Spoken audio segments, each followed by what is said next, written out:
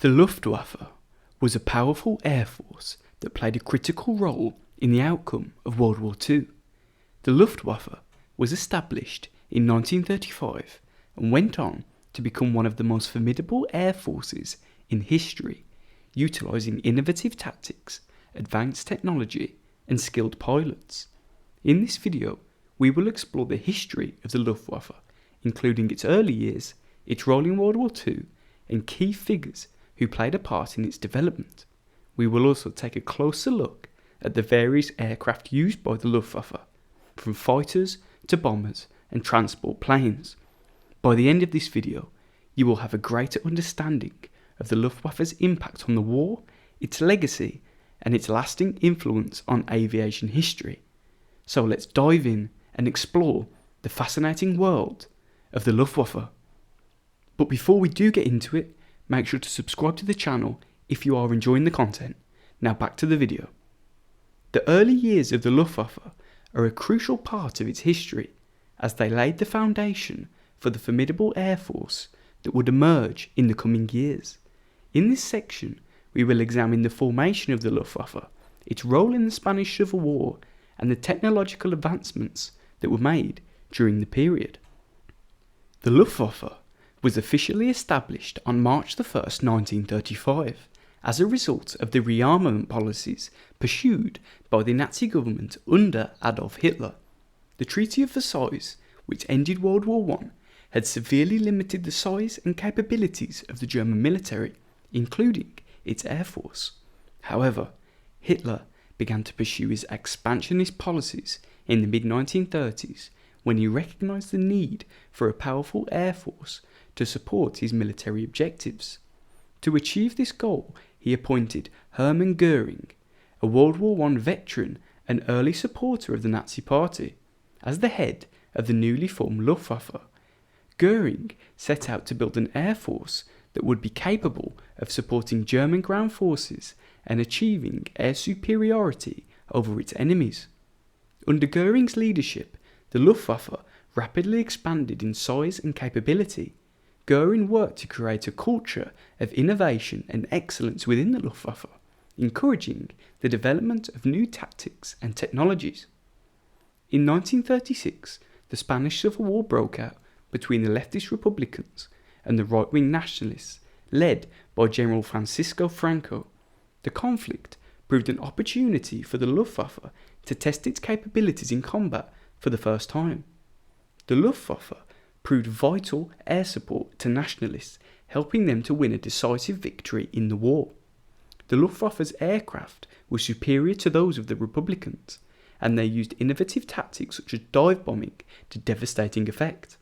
The Spanish Civil War also provided an opportunity to test new technology and develop new tactics.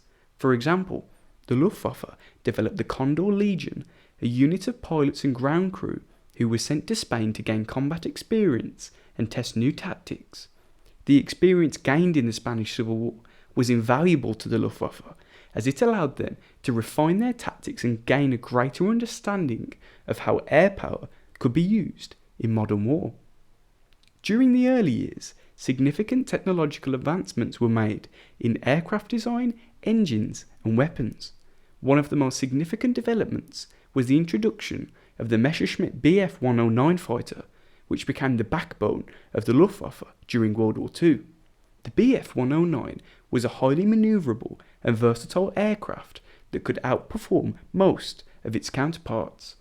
Another important technological advancement was the use of the Junkers Ju-87 Stuka dive bomber, which proved highly effective in the Spanish Civil War. The Stuka was used to a devastating effect in the early years of the Second World War, particularly during blitzkrieg campaigns in Poland and France. The early years of the Luftwaffe also saw significant advancements in engine design, with the introduction of the Daimler-Benz DB600 engine, which was used in several of the Luftwaffe's most important aircraft, including the Bf-9 and the Ju-88 bomber. In addition to these, the early years of the Luftwaffe saw significant developments in strategy. The Condor Legion's experiences in the Spanish Civil War helped to refine the Luftwaffe's bombing and ground tactics, while the use of radar and technologies helped to improve the Luftwaffe's reconnaissance. The Luftwaffe also played a significant role in World War II, and its impact of the outcome of the war cannot be overstated. In this section, we will examine the Luftwaffe's activities during World War II, including its early success with blitzkrieg tactics, its role in the Battle of Britain, and its operations on the Eastern Front. The Luftwaffe's use of blitzkrieg tactics, which involve rapid and overwhelming air and ground attacks, was critical to Germany's early success in the war during the invasion of Poland in 1939. The Luftwaffe played a critical role in destroying Polish air power and attacking ground targets, paving the way for the German army to advance. The blitzkrieg tactics were also used with great effect during the invasions of Denmark, Norway, Belgium, the Netherlands, and France. The Luftwaffe's aircraft were used to attack key infrastructure such as bridges, airfields, and rail lines, cutting off supply lines and isolating enemy forces. The Luftwaffe also provided close air support for German ground troops, attacking enemy positions and disrupting their movements. Now, the Battle of Britain, which began in July 1940, was a turning point for the Luftwaffe. The Luftwaffe launched a sustained bombing campaign against the British, with the aim of destroying its air defences and preparing for a German invasion. Despite initial success, the Luftwaffe was ultimately defeated in the Battle of Britain. The Royal Air Force's use of radar and advanced aircraft, coupled with the Luftwaffe's losses and a lack of resources, prevented Germany from achieving air superiority over Britain. The failure of the Luftwaffe in the Battle of Britain marked a significant setback for Germany and a major turning point in the war. Now, the Luftwaffe's operations on the Eastern Front began with Operation Barbarossa in June 1941, which marked the beginning of a decline in the Luftwaffe's capabilities. The vast distances involved in the Eastern Front, coupled with the extreme weather conditions and the presence of Soviet air defences, posed significant challenges for the Luftwaffe. The Luftwaffe played a significant role in the initial stages of the invasion, providing air support for German ground forces as they advanced into Soviet territory. However, the Luftwaffe suffered significant losses due to the effectiveness of Soviet air defences, and as the war progressed, their capabilities declined further. In the late stages of the war, the Luftwaffe made significant developments in aircraft design and technology. The updated Messerschmitt Me-262, a jet-powered fighter, was introduced in 1944 and proved highly effective in combat, as nothing in the world had ever seen anything like it. However, the production of the Me-262 was hampered by a lack of resource, and its impact of the outcome of the war was limited. The Luftwaffe also experimented with various other technologies, such as rocket-powered aircraft and unmanned aerial vehicles. However, these developments were too late to have a significant impact on the outcome of the war.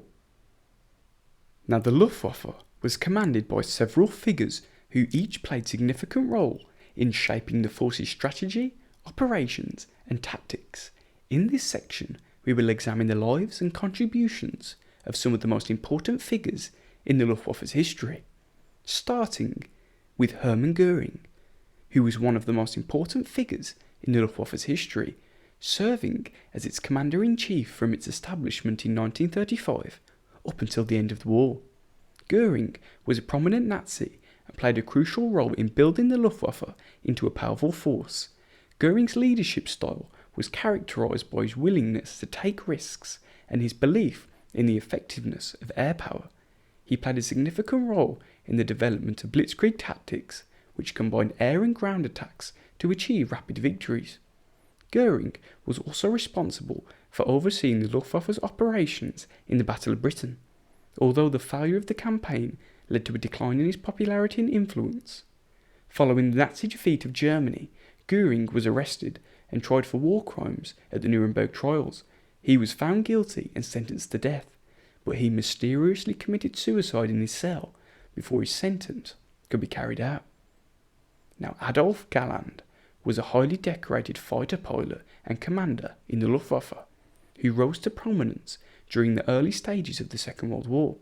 He was a leading advocate of air power and was critical of the Luftwaffe's failure to adapt to changing circumstances. He played a significant role in the development of tactics and played a prominent role of the formation of small, highly manoeuvrable units that could outmaneuver the enemy. He also advocated for the development of new fighter aircraft, such as the Messerschmitt Bf 109, which he flew in combat. His influence waned as the war progressed, as he clashed with Göring over the direction of the Luftwaffe. Following the war, he worked as a consultant for the West German Air Force and wrote several books of his experiences in the Luftwaffe. Although the Luftwaffe played a significant role in the Second World War, it also left a lasting legacy that continues to influence the world of aviation and military strategy.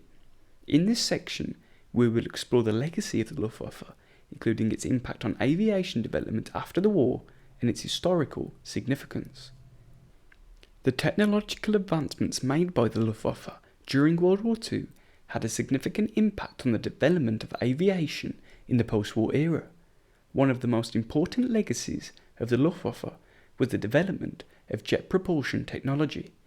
The Germans were the first to use jet engines in combat, and their aircraft were significantly faster and more agile than those of the Allies.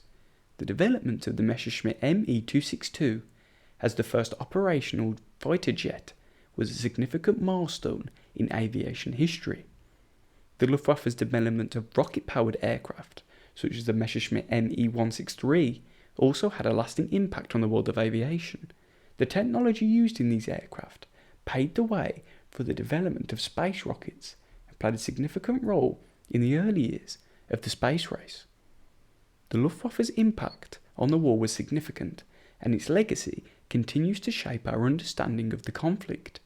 The Luftwaffe played a crucial role in the early successes of the German war machine, and its use of blitzkrieg tactics, which combined air and ground attacks, was a significant factor in the rapid conquest of Europe. The Battle of Britain, in which the Luftwaffe attempted to gain air superiority, was a turning point in the war. Although the Luftwaffe was ultimately defeated, the battle demonstrated the importance of air power in modern warfare and shaped the strategies and tactics of air forces around the world. The legacy of the Luftwaffe is also evident in the tactics and strategies used by modern air forces. The emphasis on mobility and flexibility, as well as the use of air power to support ground operations, are all hallmarks of the Luftwaffe's approach to warfare. In conclusion, the legacy of the Luftwaffe is a complex and multi-faced one. While the force played a significant role in the war, its association with the atrocities committed by the Nazi regime has also left a lasting stain. However, the technological advancements made by the Luftwaffe have had a significant impact on the world of aviation and continue to shape military strategy and tactics to this day. Thank you guys so much for watching. If you enjoyed the video, make sure to like it and subscribe to the channel for lots more content like this one. Go and check it out. Have a great day.